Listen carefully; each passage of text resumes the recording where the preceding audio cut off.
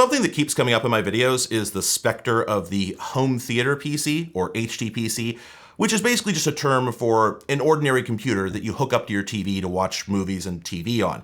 This was a real hot topic for a while, but honestly, it never really went away. I mean, at this point, just about every TV in the US, at least, has an interactive computer of some kind hooked up to it.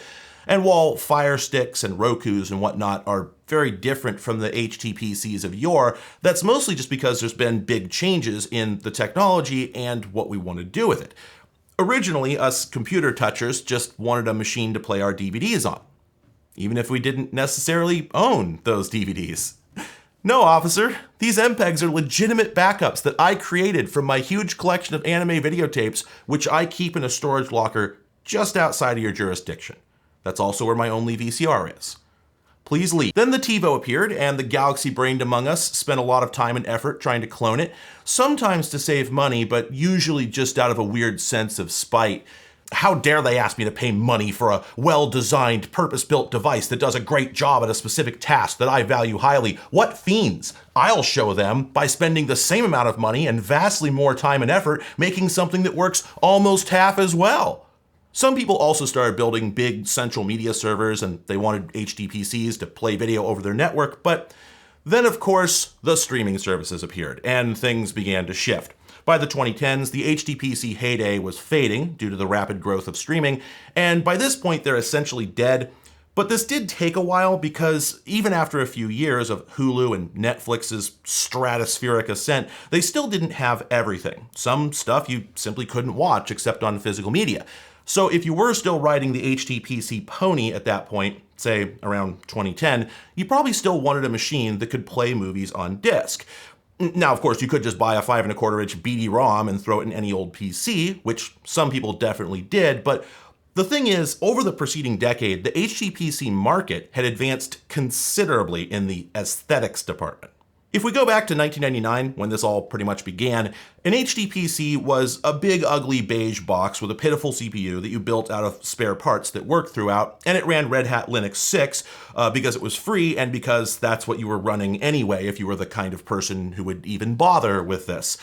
In 2005, however, an HTPC would be a comical little shoebox with a pitiful CPU that you bought at Fry's Electronics and loaded up with Windows XP Media Center Edition, which you pirated, partly because Microsoft refused to sell that at retail, but mostly because that's what you did if you were the kind of person who would bother with this at all. By 2008, an HTPC was a sleek, commercially viable little AV component with a hideously overpowered CPU because it had to run Windows Vista. A legitimate copy at that, because these were actually sold pre-configured at Circuit City and more or less just plugged in and worked. Mind you, they were so loud that you could barely hear your movie over it, but you'd learn to live with that because it's just how all of these were at the time. Unless you bought the one model that didn't have that problem, which I made 3 videos about. Check them out sometime. So clearly HTPCs had changed radically since their conception, but with the rapid miniaturization of personal electronics going into the 2010s, another shift was coming. So by 2010, at long last, an HTPC could be what you'd always hoped it would be. A game console. But seriously, folks, I have here 2 HTPCs from the early 2010s. One is the Acer Revo RL100, and the other is the Zotac ZBox Blu-ray Plus. And neither one is any good. Honestly, neither one's even all that interesting. Among both devices, there's a total of 1 unique feature, but I decided to take a look at them anyway because they're representative of an era of appliance computing that I haven't looked at much. Also, one of them does have a really interesting and unusual feature. And also because they both have nVidia Ions, which is a thing I've heard about several times, but I've never really looked into. So while this video is guaranteed not to change your view of the world or grant any grand revelations, by the end, I promise you will have seen 2 computers. So let's begin with the Acer, which I'm probably going to call Asus like 20 times in this video. The Revo RL100 was first sold sometime between mid-2010 and mid-2011. It's not exactly clear. What is clear is that it looks exactly like a PlayStation 2, at least, well, if you don't have one to compare to. They're actually quite different. Not only is the PS2 considerably smaller, which I'm just learning now, by the way, because I didn't actually try comparing these at home. So you're learning along with me. It's much smaller, but other than that, if you just looked at one of these and it wasn't next to one of these, you'd be like, dang, is that a PlayStation 2? I mean, it does have a few visual tweaks, but the resemblance is so striking that at least one review pointed it out within the first 2 paragraphs. But unfortunately, what they were pointing out was that it was in direct competition, not with the PS2, of course, but with the PlayStation 3, to which it didn't compare very well. We'll get to all that. It's exciting, but that's not true. It's not exciting at all. But we will get to it. In any case, we're going to start on the bottom here because the facts on this machine are laid out in a whole array of colorful stickers. So this machine rocked an AMD Athlon 2 Neo K325. Try saying that 5 times fast. nVidia Ion graphics. It's got 4 gigs of DDR3, 750 gig spinning hard disk, a DVD-ROM, and Windows 7 Home Premium. Oh, and of course, built-in Wi-Fi. Now, a point of order, I usually avoid upgrading old PC hardware because, well, we want to see how these things ran when they were new, but I needed to replace the hard drive and I just had an SSD handy, so it's got one of those now, and I needed more RAM to test video games, so I added some. But don't worry, because there's very little risk of this machine running too fast. You see, that Athlon Neo is a curious thing. It came out in 2009 as kinda, sorta a competitor to the Intel Atom. And I'm quoting Engadget's headline here because they didn't quite get it either. Atoms were mostly going into machines that were either hyper cheap, like netbooks, or hyper portable, like warehouse inventory scanners, that sort of thing that needed really, really long battery life.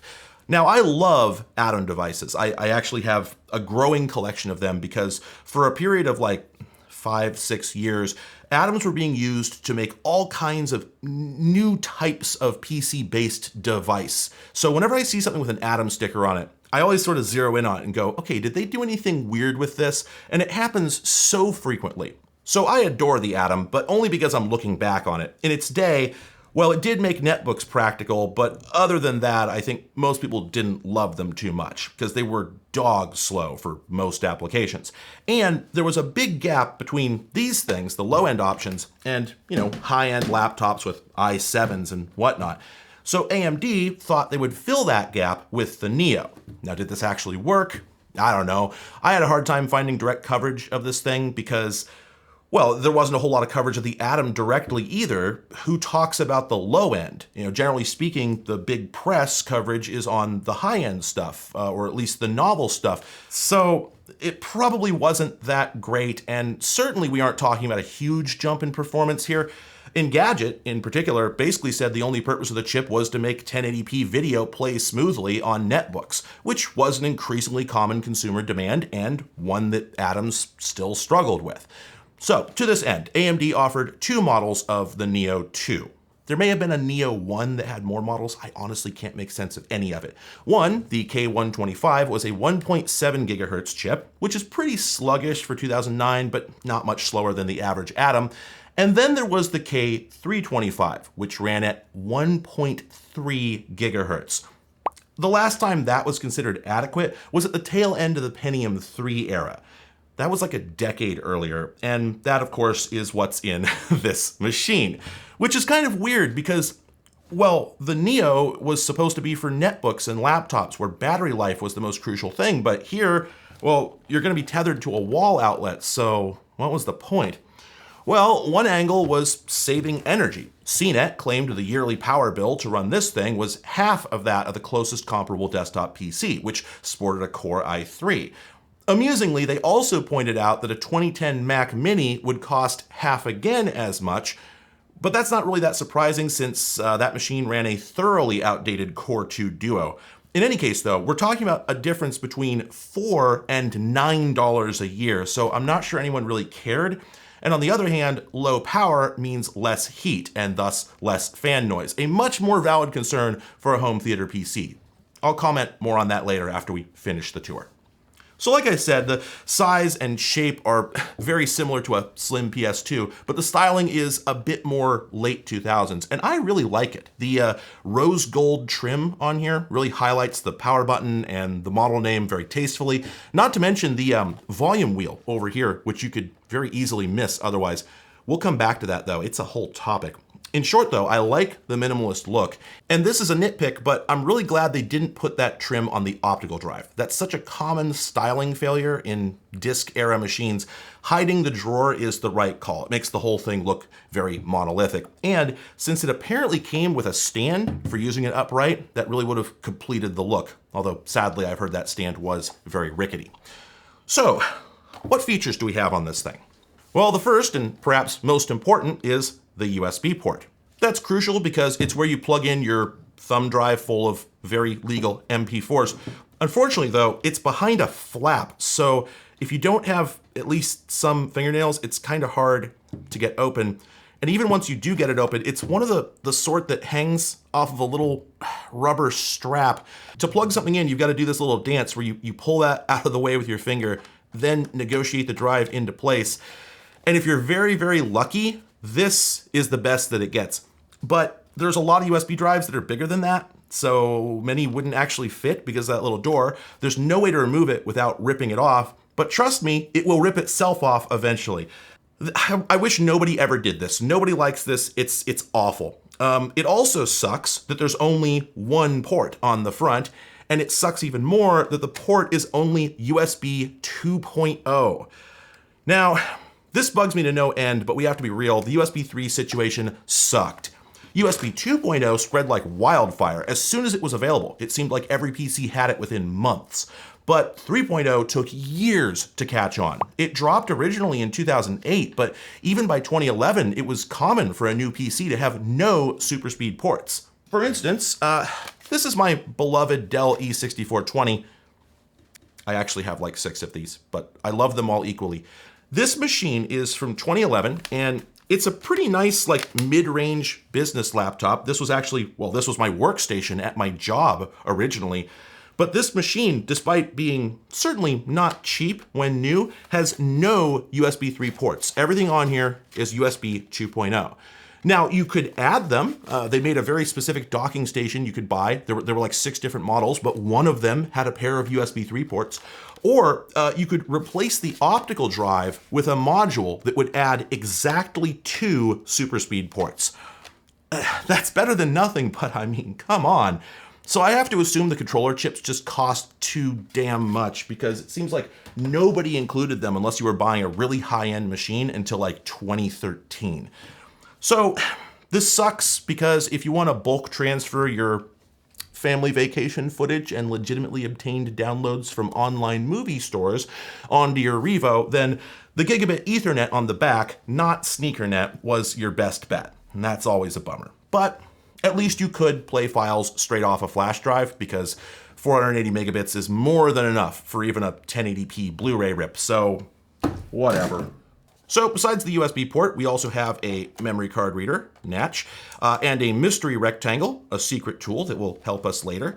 And then around on the back, we've got a couple more USB 2.0s, analog audio in and out, digital audio out over SpeedF, HDMI, gigabit Ethernet, and then the power jack. This thing is, of course, too small to fit a full power supply, so naturally it uses an external 19-volt brick at 3.4 amps. That's 65 watts if you're French. There's just one other thing of note back here, though, and that's this little guy. That is a little plastic cover that could have been an antenna jack, but isn't.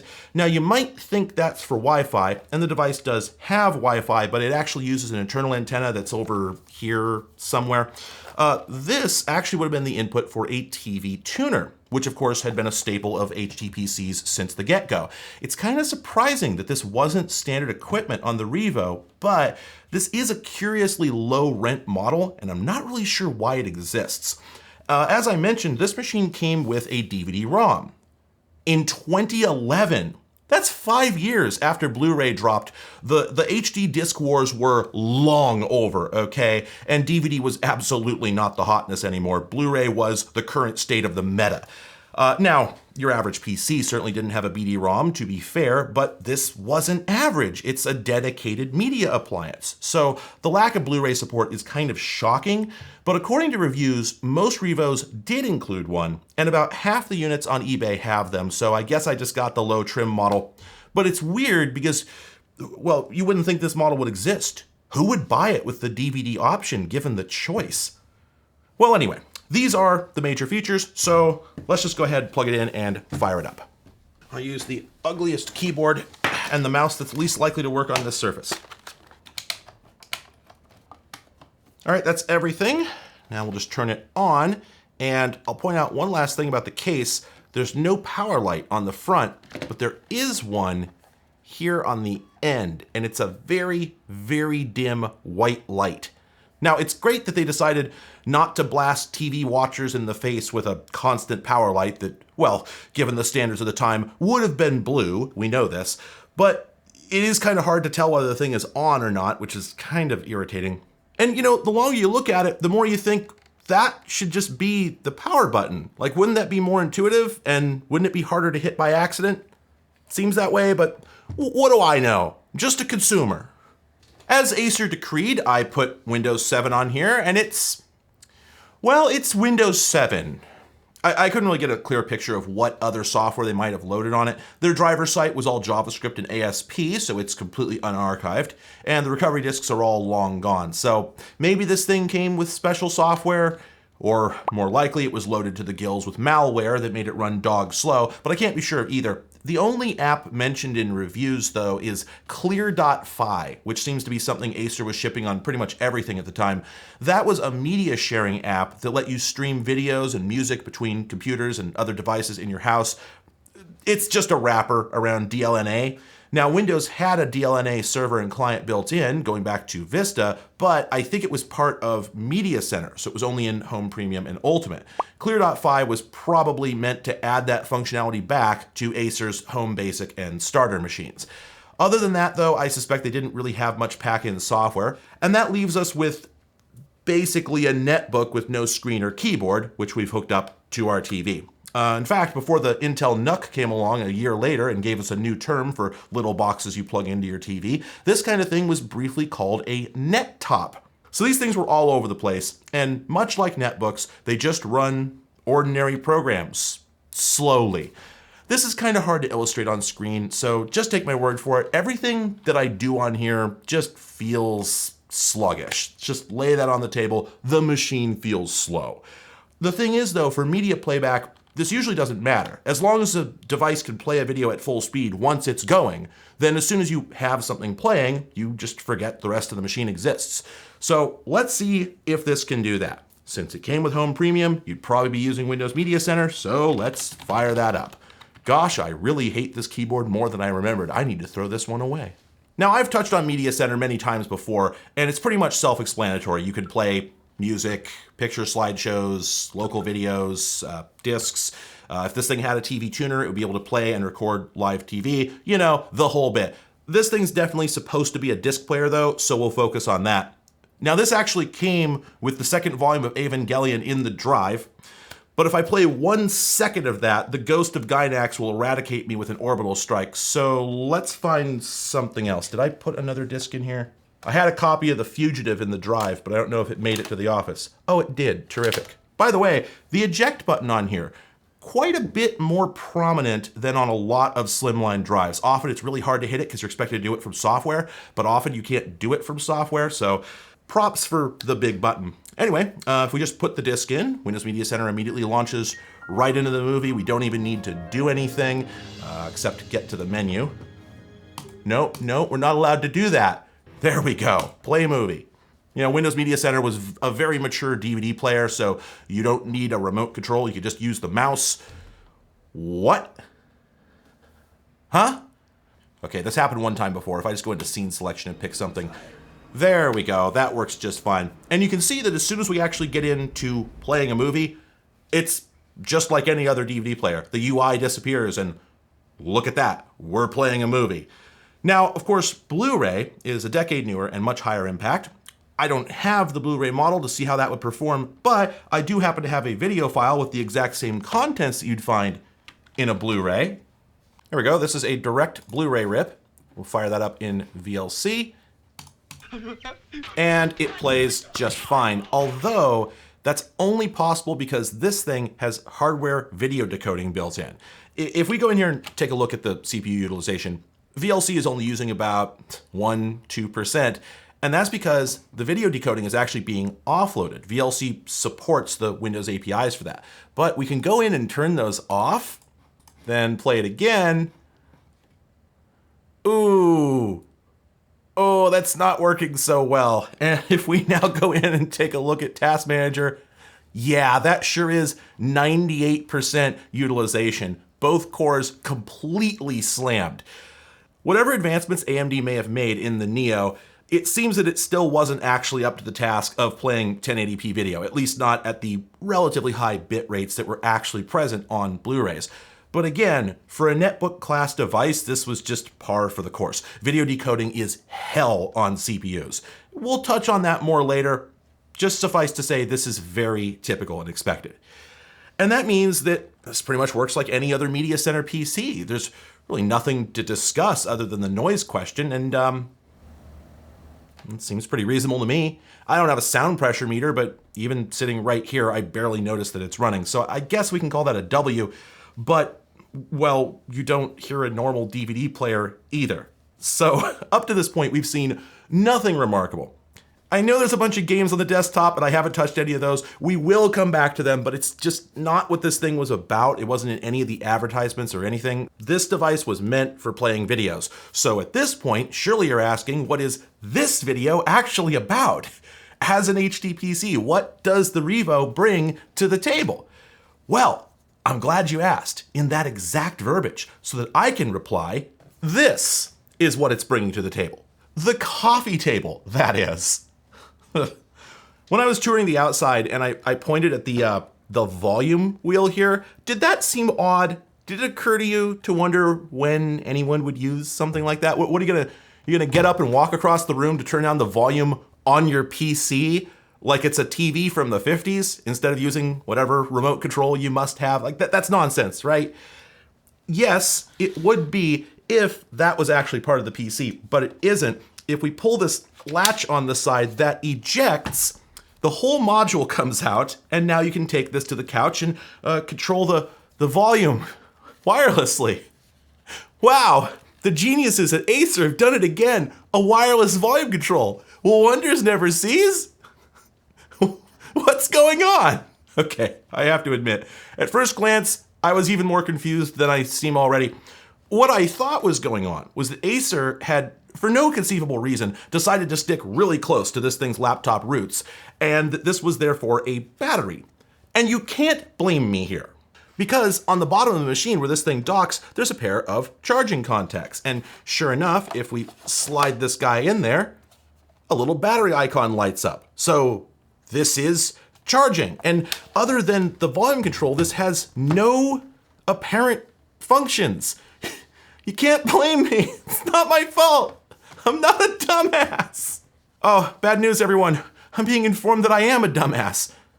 Actually, I was informed several days ago by the guy behind me in line when I was buying this thing, who leaned over and said, "Oh, hey, a Revo. Those things suck. Did it at least include the remote control?" Dumbass that I am, I turn around and go, "Nah, man, it's just got this weird battery." And he points out the incredibly obvious, clearly labeled button at the top edge of the thing. I know you're watching. I didn't catch your name, but thank you. I don't know how long it would have taken me to notice this, if I ever would have. Anyway, now that we've seen the button, what's it do when we press it?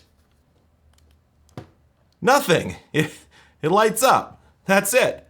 Until we press it again, and then it lights up a lot more. That's right, baby. Now we're cooking. Tiny, proprietary to one ancient HTPC, battery-powered, backlit, orthographic touch keyboard. This is the dumbest input device I own by a margin. Amen. Hallelujah. This is what we fight for. It's such a bad idea in so many ways, except not really, if I'm honest. I mean, the fact that this keyboard, like, visibly sucks doesn't matter, right? Because you aren't going to use it to type the next great American novel. But here's the thing. It works better than you'd think.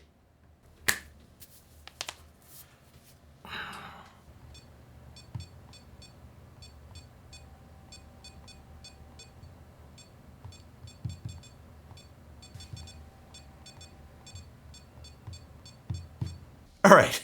There it is. That obviously was not a pleasant experience. But here's the thing. One, it wasn't all that slow. Like, as miserable as this looks to type on, it's not really all that slow to type on. I mean, you can't touch type, obviously, because it's flat. But despite the lack of tactile response, they do a pretty good job of locating the centers of the keys, by which I mean on a lot of tiny physical keyboards, like pre-smartphones, for instance, the little Blackberries and that sort of thing. It's really easy to hit the wrong key by accident, even though there is tactile response, just because your fingers are 4 times the size of the keys. Now, here, my fingers are, well, they're bigger than the keys, to be sure. It overlaps onto the surrounding keys in this direction and in that direction, really. I'm basically hitting 5 keys at once. So a lesser device might register me hitting U when I intend to hit H. But there were no errors. Despite my enormous sausage fingers, I didn't miss a single letter.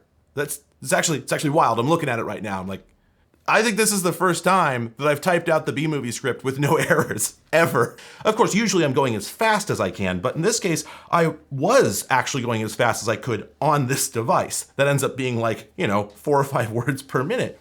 Given what this thing is for, that is typing the first few letters of the name of a movie, pressing enter, then setting it down for 1 hour and 45 minutes, or pressing escape to clear an update dialog that's appeared over your show, there's a good chance you'd never actually manage to make an error on it. You're just typing HOU and then pressing enter on house.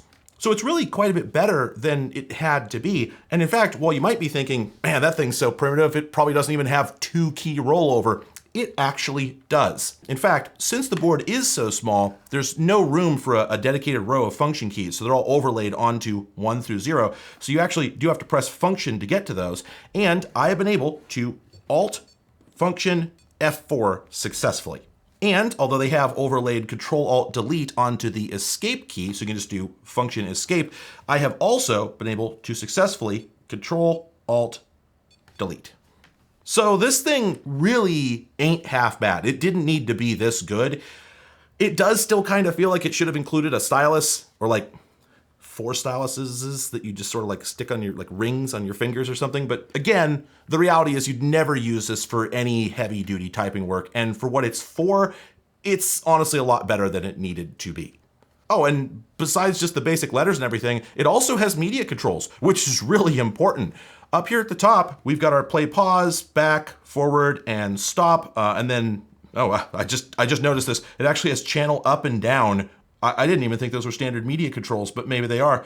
We also have a mute button and, of course, the volume knob itself. And this is nice, though it does highlight a glaring omission in the Revo itself. This thing has no proper remote control, and I'm not entirely sure why. Let me explain. This is a Windows Media Center remote. It's designed for Windows Media Center. It's got dedicated buttons on here for each feature, each segment in the program. It's got this big old Windows button in the center. In general, this is an important part of the full Media Center experience. Millions of these things were sold, but as far as I know, they only work with this exact receiver. This is called an eHome. It's something that Microsoft outsourced to somebody back when XP Media Center was first developed. It connects over USB, and it gives you an IR receiver on the front, and then on the back, ports for a pair of IR blasters, which are these little things. You plug this into the jack here, and then you stick it in front of your cable box, and it allows Windows Media Center to send IR codes to turn your cable box on and off remotely and change channels and whatnot. It's a really important element of making the live TV portion of Media Center work correctly, and the whole setup is really cool when it's all working. The problem is that even if you don't care about any of that, you just want a basic remote that has Media Center specific controls, you can't use this without that. It's the only device that supports it. I mean, the IR codes could be picked up by generic receivers, but Windows Media Center is never going to recognize them. So you say, no problem. I mean, this HTPC was certainly designed to run Media Center, so it's just got the receiver built right in, right? I mean, that would be a brilliant solution, which I've never seen done. I mean, I'm sure there's something out there that integrates one of these, but it was certainly not universal, and this definitely doesn't have one. And that sucks, because Well, as an end user, having just bought this beautiful, sleek, inconspicuous little media slab to control it, you now have to go back out, buy an eHome, plop it next to your Revo or on top where it stands out like a sore thumb, and then find somewhere to store the 15 feet of excess cable that it comes with. This cable is so heavy that usually when you try to drop it somewhere, it just leaves. This sucks. But as I said, it was also very common. So there must have been some industry reason for it. I don't know. The media keys on this remote do take a little bit of the sting out. I mean, they can't do any of the media center specific features, but since most of what you do with a remote is play, pause, etc., all that works. And if you want more interactivity, this offers something that the remote never did. If we press this button again, the keyboard disappears. But do you see what this icon actually depicts? This is now a trackpad. The eHome remote offered no way to interact with anything but Media Center, but this does. You can now interact with any program, no matter what it is. This largely makes up for the missing remote, if I'm honest. And on top of that, it's really not half bad as a trackpad. I mean, the entire surface of it works, which makes it about twice as big as any other laptop trackpad from the era, and most of them, honestly, were even smaller than they are nowadays. Also, according to reviews, this actually supports multi-touch, but thanks to Acer's garbage website, I can't find the drivers to test that. Still, even without that, it still supports tap to click, and hold for right click. And that's more than good enough given the limited use this thing was going to see. So this is honestly kind of brilliant. Like, if they made stuff like this now, I'd probably buy one. I really only have one criticism of it though, which is the build quality. I'm sure you've noticed the plastic peeling up over here, and you've noticed how incredibly difficult it is to see anything due to the bubbled up plastic film all over the rest of it. And you've thought to yourself, wow, this guy's a slob. He hasn't even bothered peeling off the ancient shipping film before showing this thing off. Yeah, it's just like that. I did try to remove this plastic because I thought it was shipping film too, and I came incredibly close to disaster. In my defense, I was being really careful, okay? I didn't just go gorillas on it. I know how things are. But the corner was already peeling up a little bit when I got it, and I saw a shiny surface underneath. Can you see that? See how it's shiny under there? Now, if you see shiny, that's the real surface, right? Surely. So I tried peeling it back a little bit further, but as you can see, it started to kind of separate from the adhesive. And I had the presence of mind to stop at that point and test it. And yeah, none of the area that I'd exposed functioned anymore. It was a mouse before, but now it isn't. This part over here is dead. If I press the film back down over it though, it starts working. So clearly this isn't shipping film. It's an essential component of the capacitive sandwich or something like that. So had I peeled it off all the way, this thing would be ruined, which would make me 0 for 2 this year, really, on preserving ancient 2000s artifacts. I actually was boneheaded enough to destroy the digitizer on a completely irreplaceable Asus Transformer Trio a few months ago. I have never been so humiliated in my entire life. I belong in jail, but I've learned my lesson from that experience. By the way, if anybody out there has one of those things, please get in touch. I promise I'll treat it better this time. But anyway, having learned from that experience, I stopped before I destroyed this thing, but it does make you wonder, what the hell's going on here? I want to believe that when this was new, that plastic was tightly bonded to the surface and invisible, and it's just that it's delaminated over time. But even if that's true, it still seems really weird. No other trackpad I've ever seen has this problem. So either this is a really novel approach to the basic problem of the trackpad, like this company, whoever made this, came up with some totally new way to do this, and it just needed a few more years in the oven, or it was just really cheaply made, and I'm not sure which. Let's give it the benefit of the doubt though, because otherwise this is a pretty cool gadget. So, to sum up, this product that we've bought is a slim, tasteful little box that sits next to or under our TV and runs Windows, or Linux I suppose, with whatever media software we like. And when we want to watch a movie, we can just walk over, hit the power button, pop in a DVD or a Blu-ray if we got the high trim model, then slide out the remote, carry it over to the couch, plop down, and we now have total control of the machine without needing to balance a wireless keyboard on our legs. If we aren't watching a movie on disc, we might play an MP4 off the 3/4 terabyte hard drive, which is pretty damn big for 2011. Or if we had the high trim model, we might tune in a local TV channel. This tiny little box does everything we could ask for. It's kind of well, that's not right. Except that. That's the one thing that doesn't work very well. It's really hard to slot that in if it's laying like this. Anyway, this tiny little box does everything we could ask for. It's kind of an end-game HTPC for the era, and even the missing Media Center remote and missing USB 3 are kind of excusable, assuming the machine was pretty cheap, which it wasn't. The MSRP on the Revo was $500, and apparently in the UK it was £500. Nice and symmetric. Everyone pays exactly the same amount. That is a lot of money for what this machine is. And reviews were quick to point out that for most of the things you do with it, a PlayStation 3 was a far better value. And they're right, a PS3 could play Blu-rays and DVDs a hell of a lot better than a PC could. Hell, it could even play SACDs. It could also play video files if they were the right format, but many things already were.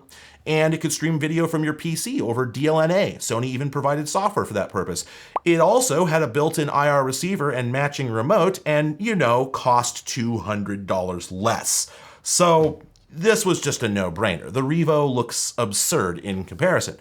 Now, the only reason for the lower price was that Sony was selling the PS3 at a loss in order to spur sales of the much higher margin games they were publishing. But I mean, they were doing that. So as a consumer, you could take advantage of that to get a really cheap media player, as countless people did, and maybe never play a game on it. Although once you had the media player, you just might maybe play a game on it, because while the joke 4 years earlier was PS3 has no games, by 2011, it had a rich stable of hits. You could play Skyrim on it. You could play BioShock. You could play Dark Souls. Can the Revo play Dark Souls? Oh boy, what a question. I mentioned this machine has an nVidia Ion. Let's talk about that. I had vaguely heard of this thing a few times, but never seen one or any details about it. Now I have, sort of. You see, up through the 2000s, a critical part of the PC architecture was a pair of chips on your motherboard called the North Bridge and South Bridge, or together, the chipset. South bridges are still around today. They interface with peripherals and provide a bunch of housekeeping stuff, but the North Bridge, which managed things like the memory and PCIe interfaces, basically evaporated around the early 2010s when its functions were all moved onto the CPU itself. Before that point, though, there were several major chipset vendors, including VIA and, in fact, nVidia, who had gotten into the game with their Enforce series in the early 2000s. Now remember that at this point, CPUs didn't have built-in graphics. None of them did. That wouldn't be a thing until about the second generation Core chips in 2010 or so. So video was always a separate component, and on Intel machines, it was usually their own GMA graphics, which were integrated into their chipsets. Now, GMA graphics were so god-awful that you could hardly call them accelerated, and it was a pretty common joke to call them graphics decelerators, okay? The widespread GMA 900, for instance, was infamous for being unable to run Aero, the desktop compositor in Windows Vista, despite seemingly meeting the requirements, and that's to say nothing of games which it essentially couldn't run at all. The board doesn't know the first thing about science. All they want is something to make them more money. This is Sergeant Kelly. We're under attack by an unknown enemy force. Fall back to Marine HQ to regroup. Later GMA chips would get a little bit better. They did support Aero, but that was about it. Gaming was still basically out of the question for the series' whole lifespan. Now, of course, a set-top box like this was never meant to run games, and hopefully you'd spend very little of your time seeing the Windows desktop, so why did any of this matter? Mostly because of video decoding. As I showed you, 1080p video brings this CPU to its knees. Any desktop proc would have done better, but it was still very resource intensive, and if, for instance, your vendor had loaded your machine to the gills with garbage antivirus and adware, it might not be able to play even SD video without stuttering. It was common back then. GPUs, however, had started integrating MPEG-2 and MPEG-4 decoding cores in the early 2000s, and at this point they were also integrating H.264. So even a crappy low-end pre-built PC might ship with a full-fat Radeon solely so it could play DVDs smoothly, and the same was true for many laptops. But netbooks and net tops, being tiny, cheap, and often battery powered, couldn't integrate real GPUs. They were basically stuck with chipset graphics, and none of the contemporary chipsets offered hardware decoding that I know of. nVidia, seeing this problem, set out to make a chipset with real graphics built in, and the result was 2009's Ion, which supposedly delivered performance on par with a GeForce 9400M, including the integrated decoding cores. This was potentially a really big deal for netbooks, and maybe someday I'll demonstrate that fact, but not today because this doesn't have one. If it was from 2009, it probably would have. But when Intel dropped the second-gen Pineview Atoms in 2010, they did indeed get rid of the Northbridge, and the original Ion wouldn't work anymore. I'm sure AMD did something similar with the Neo chips. So NVIDIA updated the Ion, producing what people commonly call the Ion 2, but that was no longer a chipset. It was basically just a really crappy GeForce intended for netbooks. That's what this machine has. Most sources say that it used the same core as a GT218 downclocked so it performs on par with a GT210. I can't speak to that because I don't have either of those cards, but when I search for the GT210 on YouTube, every video is a variation on the worst GPU in history, so things aren't encouraging, and they shouldn't be. Can the Revo play Dark Souls? Well...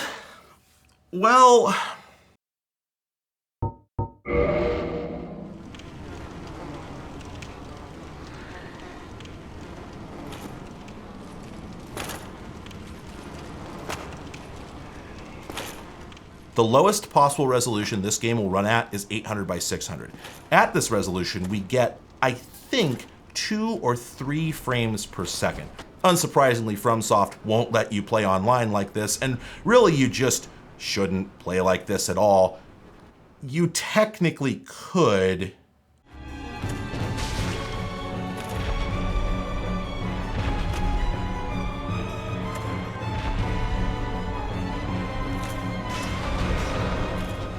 But you wouldn't want to.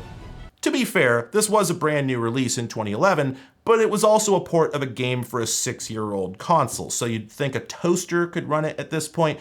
To give you an idea, I found a video of the game running on a Pentium 4 and a GeForce 8400. That's a chip from 2003 and a card from 2007. It looks like it's running a tiny bit better to me, and on a GeForce 8600, it's downright playable. As far as actual contemporary games, another big PC hit for 2011 was Skyrim, which won't even start. I did try Oblivion though, and that actually does run. Really poorly.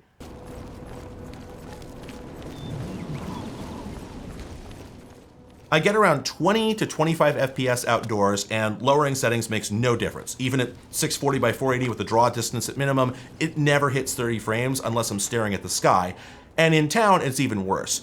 Typically, typically I get around 15 to 20 FPS with dips. Okay, this is just ridiculous. Look, it doesn't run well, okay? It's barely playable, and that's pretty pathetic for a game from 2006 on potato settings. The only way I was able to get remotely reasonable speeds was to turn off lighting. But even murderers don't deserve to play the game like that. And it gets worse, because even if we go further back, things don't really improve. Here's Morrowind, a game from 2002. With draw distance at minimum, I get around 40 to 45 FPS outdoors. Maxing it out drops that by around 10 FPS unless I mash my face directly into a crab. And if we dare to waltz into Satanin, things get even more dire. 23 FPS average, sometimes less. Occasionally it'll go up a little bit, but only if I mash my face into a building or stare off into the distance wistfully. Given that this game was 9 years old, this is pretty sad. Now, Gamebryo is not the most optimized engine, but this is a goddamn Xbox game. A blender should run it better than this. I did try some other stuff, but it's not really a good range of games. I'm really bad at benchmarks, so I didn't really try. I was just grabbing what I already had on GOG. Among those was Stalker though, and that was kind of impressive. It seemed to get around 30 FPS most of the time, which isn't good for a 2007 game on a 2011 machine at 800 by 600, but you know, it's better than Morrowind, and that kind of comparison is how you know we're really in the gutter here. I'm not trying to be disingenuous, okay? I know this thing wasn't intended for gaming, and that's not what the Ion is for. The problem is just that, well, it's really hard not to compare it to the PS3. It is much smaller, but that's a pretty small trade-off, given how much more capable the PlayStation was and how much money you'd save. The Revo's funky custom remote's really all it has going for it, and it doesn't really make up for the rest.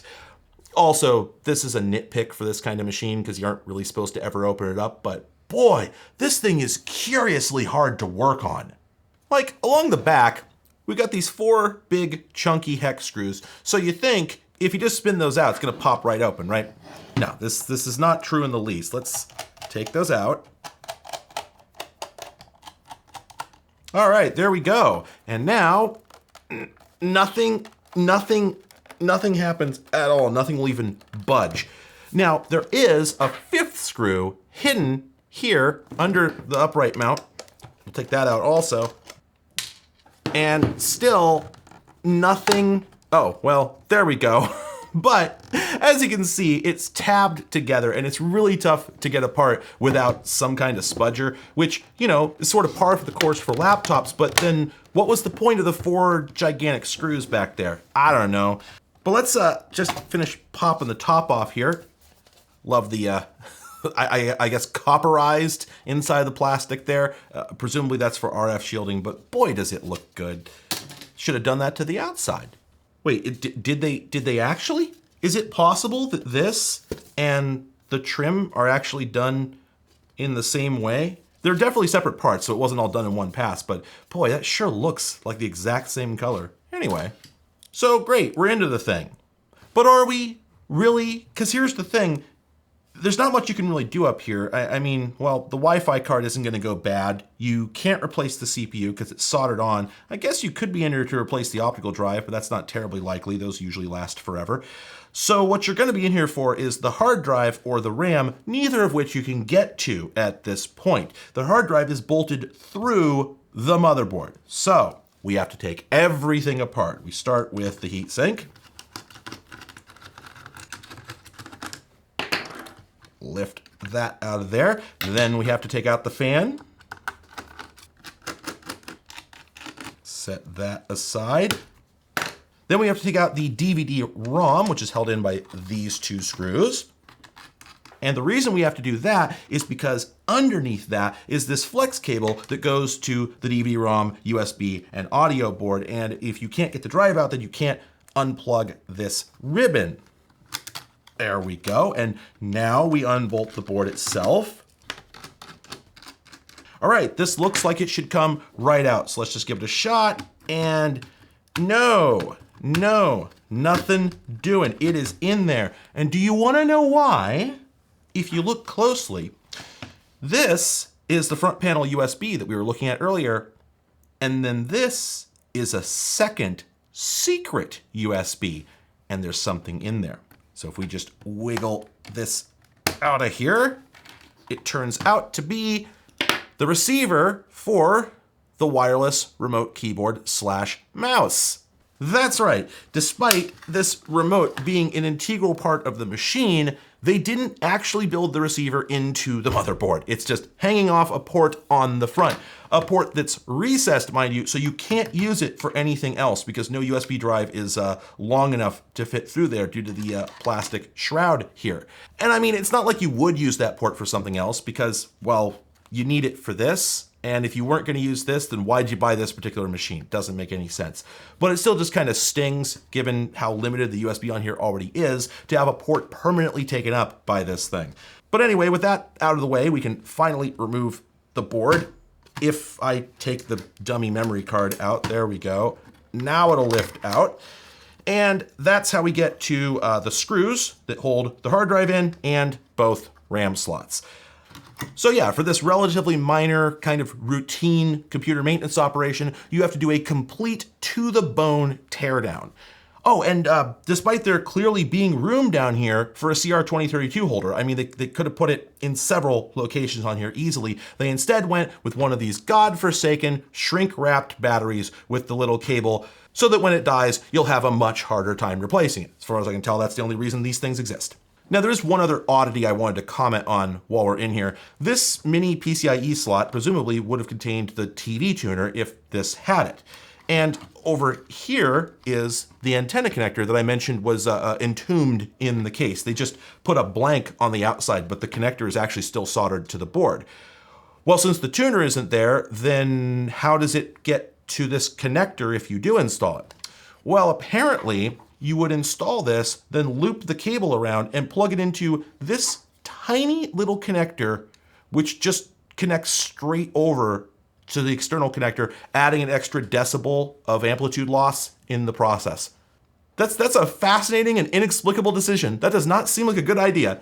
So the fellow in line behind me was right. The Revo does suck. Probably all of them did. Acer made a ton of models, but I've never heard of a single one, so most likely there was very little argument for any of them, especially since none of the others even had this feature. All the same though, there is a certain earnestness to this thing that you have to respect. I mean, sure, it's bad, but Acer weren't asleep when they made it. They were just limited by the realities of the market. Had they been able to put a decent CPU and GPU in here, it would have been much more capable, and a couple years later, that would become possible. But by then, optical media was rapidly becoming less relevant, and people were just streaming stuff on their Fire Sticks and Rokus, so there wasn't really an opportunity for a do-over, I think. Really, this device was only meaningful within the short window of time where it was hard to achieve what people wanted out of it, and it just seems that Acer was not the company to overcome that hurdle. Now, I don't know that Zotac was the company to tackle it either, but they did make an attempt.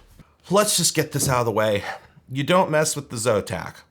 All right, it's on the table. Let's move on.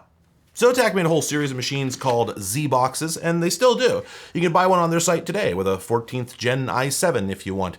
They're often sold as bare bones machines, meaning they don't come as a complete system. Some include a CPU, others are just a motherboard and case. You add your own processor, RAM, storage, and software. It's kind of weird to make one of those that's HDPC focused if you ask me, but in 2010, that's what they did. The ZBox Bluray Plus nails the appliance PC aesthetic and concept better than most. Like, they're really selling it right from the packaging, really. It's one of the most gadget-esque boxes I've ever seen, especially with the carrying handle on top. And as we can see from the front, this is not actually the bare bones version. They also sold a fully built one that came with 2 gigs of DDR3 and a 250 gig hard drive. Both pretty pathetic by the standards of 2010, but pre-builts by definition are for people with minimal needs. If you wanted more, you could just get the bare bone, then put your own drive and RAM in. In either case, though, you had to provide your own OS, and apparently this machine was bought or used well after its heyday because in the box was a printed out CD key for Windows 8. That's what the previous owner was using, I guess, so that's what I installed. The rest of the specs we can see from the side of the box here. We've got an Atom D525, that's a dual-core 1.8 gigahertz chip with hyper-threading. It's got an Intel chipset, next-generation Ion graphics, and then it lists the RAM and hard drive ports. But it also mentions that it has a mini PCIe slot. Now, technically there's 2 of them in there, but one comes pre-populated with a Wi-Fi card. It's just strange that they outright say there's another one that's fair game, though I'm not sure what general purpose mini PCIe cards ever existed, so it's kind of moot. But in any case though, this is an awful lot of expansion for a net top. And as the name suggests, the Blu-ray reader was included as standard, which really should have been the case with the Revo. Indeed, I don't have the marketing blurb for that thing, but we do have the marketing blurb for this one. And from that, it's obvious that Zotac only intended this as a media player, nothing else. The back just talks about glorious 1080p and Blu-ray and Blu-ray 3D, in fact. It mentions the slot loading Blu-ray drive. It mentions all this stuff about video and not a word about any other application. So this thing has the good sense to know exactly what it's good for. Let's get it unpacked.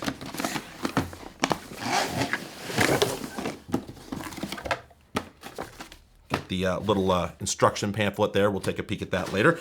Here's the machine itself, which I have forgotten to wipe off, so you can see that it too is a horrible fingerprint magnet.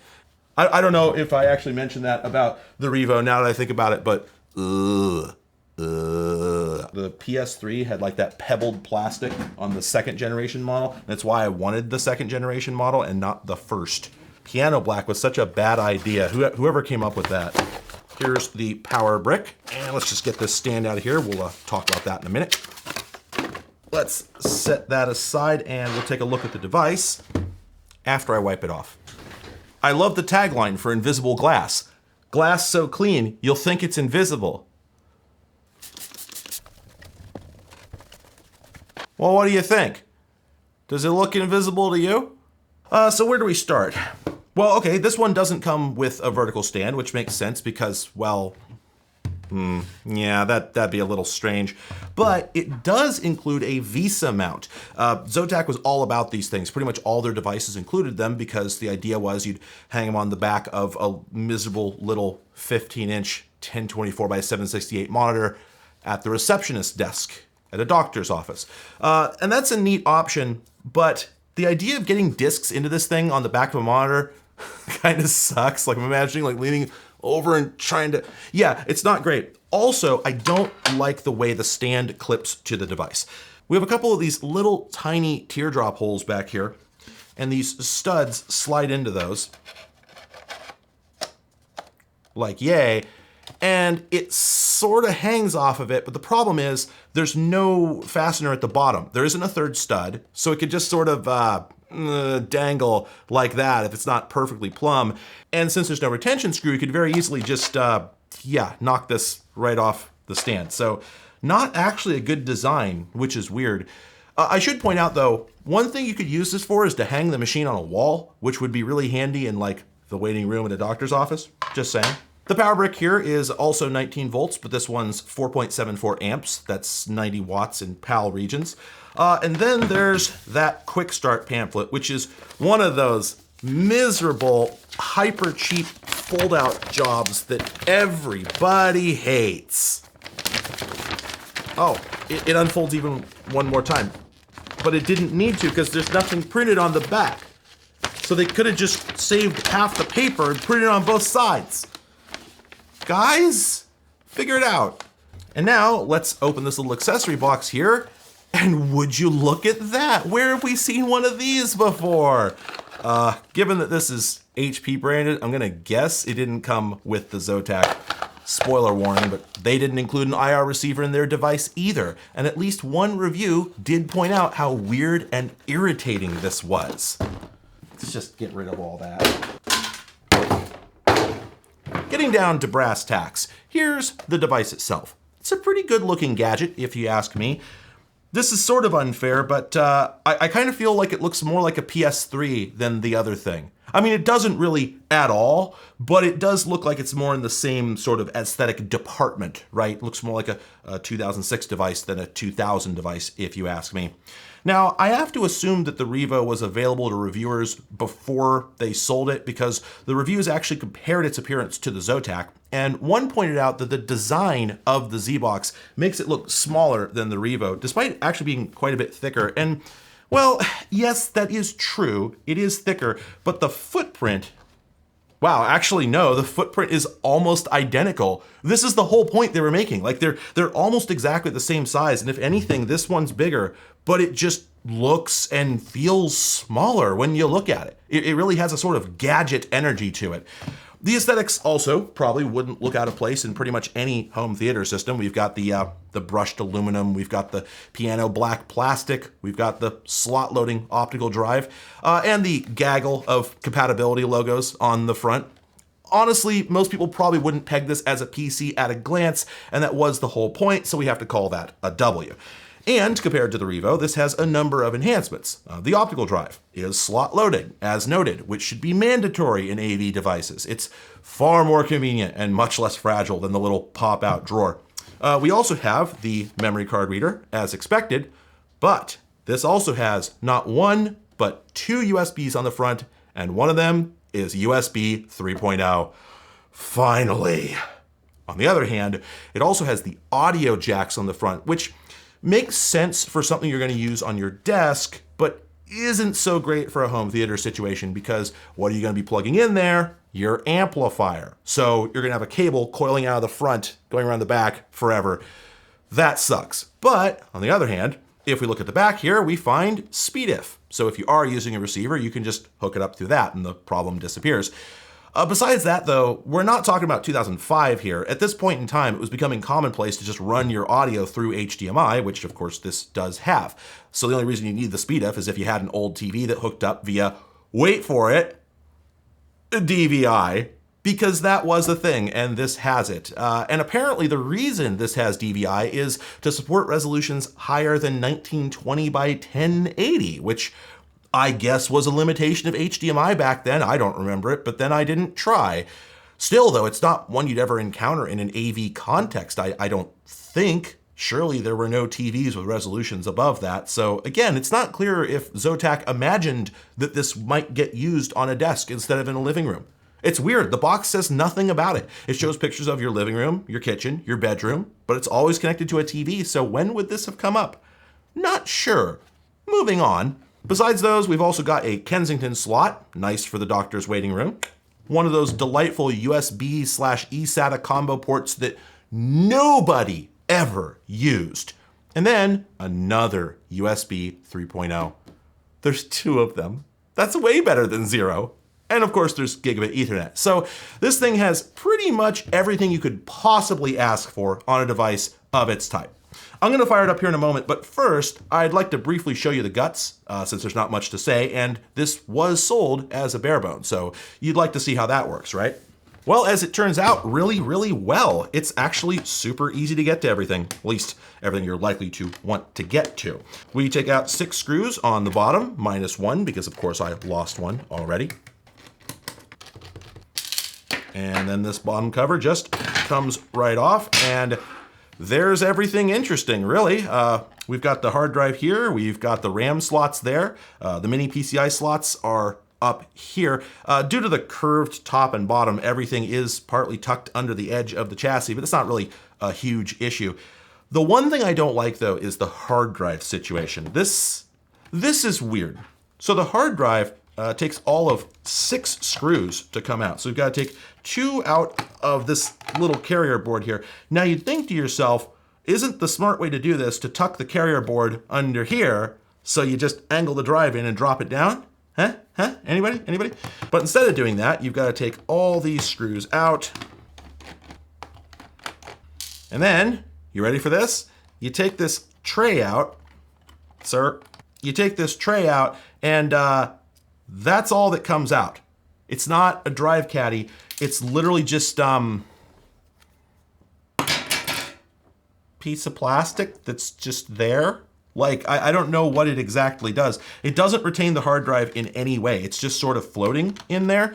So when I got this thing, the original hard drive was actually zip tied to this, but that was clearly done by the previous owner because I checked the little instruction manual. There's no indication of how it's just in there, I guess. I don't know what this does. It just takes up some space, I suppose. So as you can see, I've just packed some paper in here because the original drive was thicker than this, so this one was just rattling around in there. So the only way I could make it work was to just put this in here, plug it in, and then just put this over it to, I guess, keep it from rattling around. Like, huh? Surely they could have done better? All they had to do was extend the plastic this much and then punch a couple holes in it, and you'd be able to actually attach it to the hard drive and it would serve a purpose. Like, it's free. It's literally free if you're already injection molding. Let's put it back together now. All right, let's hook her up. It's all fingerprinted again. I guess we'll just have to live with it.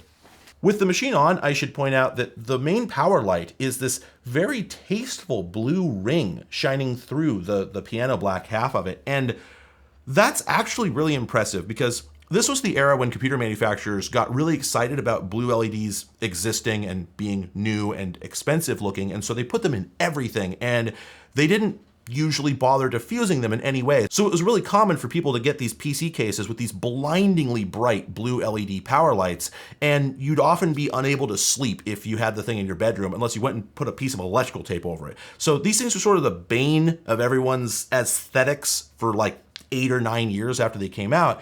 So it's wild that Zotac has actually found a tasteful way to utilize the blue LED. It's actually really nice, and it would just be a very faint glow in a dim room. So another W to them, I suppose. All right, so here we are in Windows 8, and this will be a very brief demo because I pretty much already said everything I was going to say earlier about how HTPs are actually used. It all applies here as well. The only difference is that, well, I can actually play a real Blu-ray. Although, oh man, that experience sucks. Did you know that there is literally only one legitimate way to play Blu-rays on a PC? It's CyberLink Power DVD, nothing else. WinDVD is dead, and all other products you might find, from what I can tell, are gray market at best. Now, let me be clear. Yes, I know about Make MKV. Yes, I have the memo. Nobody doesn't know about Make MKV. You can't be online without knowing about it. There's a little pamphlet you get when you sign up for internet fast enough to use a private torrent tracker. But I'm not interested in discussing Make MKV because nobody who doesn't already fly the skull and crossbones is going to use it. They're going to Google play Blu-ray on PC, and only one result will be a legal, functional way to play commercially pressed Blu-ray movies in North America. So with that out of the way, the current version of Power DVD is unspeakable garbage. It is an absolutely dreadful piece of software. I hate it, and I'm fairly certain it's as bad as it is because CyberLink hasn't had to compete with anyone for over a decade. The Zotac, just in general, feels much slower to me than the Revo, but it's hard to tell if I'm just biased because I've mostly been using it with Power DVD, which is incredibly bloated and unoptimized. I've watched it sit and struggle to play a movie for several minutes before starting, and even once it did start playing, this is what it initially looked like. That's gonna wake the neighbors. Hopefully you can see that it's not playing at full frame rate, and I don't know if it'll do it on cue, but periodically the video will just get completely corrupted. This should never happen unless the disc is totally trashed, and it isn't. Now, I chalked this up initially to the machine just being crap, and it really seemed that way at first. When I got it, it had the original software on the original spinning disc. I just had to wipe it because it was full of someone's personal data, but I could still tell the thing was dog slow. Everything took minutes to happen, like opening Explorer took like 30 seconds.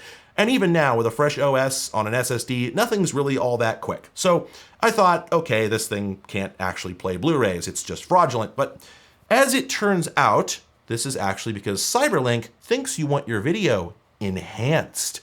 And of course, that just means they're bumping the contrast and saturation, because of course it does. And the reason it's playing so badly is, of course, because the CPU is totally slammed. But if we turn this off, the CPU load drops to almost nothing, and the video starts playing at full frame rate with no corruption. This strongly suggests that CyberLink, in their infinite wisdom, are bypassing hardware decoding entirely by default so that they can frobulate the pixels in software to make them look a little poppier. If we turn that crap off, however, it admittedly seems to work just fine. The software still sucks, it still takes minutes to start playing a disc, and the menu interface is god-awful. I don't even want to get into it because it's a piece of software nobody wants to run, and nobody watching this is even going to try, so I'm not going to take the time to nitpick it. But once you actually get into a movie, it's basically a normal experience. There are still long, inexplicable pauses between actions. The menus take forever to pop up, but that's just how real Blu-ray players work, because the silly enhanced menu format is a really bad idea. So in short, I don't think most people would notice a difference here. In practical terms, once you have this set up, you're going to be able to do all the same stuff as on the Revo or any other PC. Use Windows Media Player to play local and network files. Put in a disk and play that. The edges will be a little rough. You'll see update notifications pop up over your movies sometimes. You'll have to close the silly auto-run menu when you plug something in, and you'll still have to buy a separate remote. But that's all par for the HTPC course. I found this machine like 6 months ago, and I picked it up largely because it was the first PC I'd ever seen that had an nVidia Ion, which again, I'd only ever heard of. But I didn't really come up with anything to say about even that until I got the Revo, which gave me a second Ion machine with slightly different hardware to compare to, so that instead of just saying, hey, here's an Ion machine, it sucks, I could instead say, here's 2 Ion machines. It looks like they probably all sucked. And that is what I'm saying. The ZBox is just as sluggish as the Revo, and while it too isn't intended to play games, it somehow does it even worse if you try anyway. Morrowind, for instance, runs almost half as fast as on the Revo. In Seda Neen, it drops below 10 FPS. And no, it's not because of Windows 8. In theory, that actually made a lot of games slightly faster, but just to be sure, I did test on Windows 7, there were no changes. So this machine is really, really awful at 3D, and I don't think it's the Atom CPU at fault, since it doesn't seem to get maxed out even when games are struggling.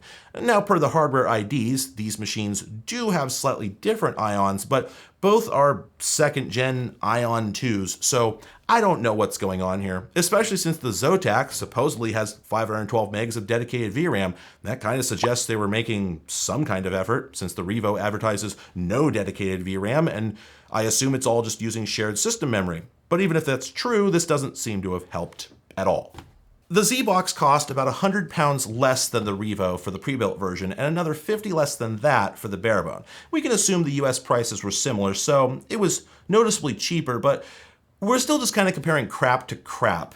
I really wish I was better at illustrating this sort of thing. I demonstrate games because they're visceral and very funny, but I know it's an unfair test, so you'll just have to take my word for it that both of these machines just feel slow all the time, doing everything, except when playing a video. That's the only thing they do well. But if all you wanted was a video player, you wouldn't have bothered getting a PC. A funky remote or cute aesthetics aren't really worth feeling like you're walking ankle deep in mud when you're doing anything else.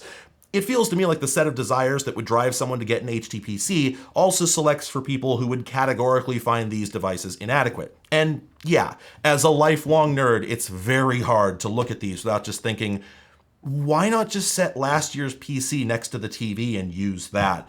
If aesthetics are really a deal breaker, then I don't know, drape a tablecloth over it. Now, maybe in the future I'll find more Ion machines and get different and more interesting results worthy of a follow-up. I don't know, but I kind of doubt it. I think this is what the Ion was meant to be. It's a stopgap that just barely got a severely outdated class of machines over the hump so they could exist in the 2010s without being a total joke. And this was all rendered completely obsolete when CPU manufacturers upgraded their built-in graphics cores, which would happen pretty quickly. A lot of ink has been spilled, particularly by me, about how computers are just not aging at the pace they used to. Chew-wit. Windows 10 and most non-gaming software still runs basically fine on my aforementioned Dell Latitude E6420, a mid-range Sandy Bridge laptop which is, at this point, 13 years old. Now, if you had a 13-year-old machine in 2010, it would have had a Pentium 2 if it was top of the line. More likely, it would have had a Pentium MMX, which wouldn't have run 2010's OS du jour or even the simplest of contemporary applications. For comparison, this Dell laptop, with nothing more than the onboard Intel HD 3000 graphics, can run Oblivion at, look, it runs at around 40 FPS most of the time, okay? And that's at 1600 by 900, the native resolution of the panel. If I drop it to 800 by 600, I get 60 FPS almost everywhere. And if that's not good enough, how about this one? It'll run Skyrim, a brand new banger of a title when this came out, and it runs it playably at 1600 by 900. I mean, it's only around 30 FPS tops, but it's not like the PS3 did that much better. So if games did this well, you can imagine how normal apps perform. Computers were indeed keeping up with the times a lot better at this point, and I tend to think of 2011 as sort of the tipping point, the end of history as it were, but it's amazing how crucial video decompression is, specifically to this feeling of timelessness, because while this machine could play a Blu-ray if it had a drive, it actually taxes the CPU really bad. While the Intel HD 3000 graphics do have H.264 decoding built in, Intel never made a Windows 10 driver that supported that, so this actually has to decode on the CPU. It's doing it, but you can't really do anything else at the same time. And YouTube, on the other hand, is completely unusable even at 1080. It hits the CPU so hard that it can't play anywhere close to full frame rate, probably because YouTube is now delivering everything in VP9, a codec that wouldn't even be invented until 2 years after this CPU came out. So what makes the Atom/Ion class of machine intriguing to me is that it's essentially the polar opposite. Nothing would really run well on these except video, and only due to the decoding cores NVIDIA included. That's the only reason these machines were viable, probably why the manufacturers even felt they were worth fielding in the first place. So conceptually, these are no different than the modern phenomenon of the Fire Stick or Roku, devices with truly pathetic and outdated processors that nonetheless do what people need solely because half or more of their silicon is spent on special decoding circuitry. And that's the only pithy observation I could pull out of this whole topic. Otherwise, there you go. That's what an Ion is. Now you know. Feel free to share your stories of Ion-based machines you owned and loved. I'll keep an eye out for the 0 comments. Hopefully this video was more interesting than the devices themselves though, so if you enjoyed it, great, glad to hear it. And if you're new to the channel, consider subscribing. I promise I usually cover things at least a bit weirder than this. Remember to turn on notifications if you want notifications, but if you really like what you see, consider supporting me on Patreon like these folks are doing. This is my full-time job, so I couldn't do this without them. They make it possible for me to buy stuff like this on a whim and then sit on it for months, just hoping that I come up with something remotely interesting to say about it. I don't always succeed, but I do always try. And I want to thank all my supporters for making that possible. I couldn't do this without you. And everyone else, thanks for watching.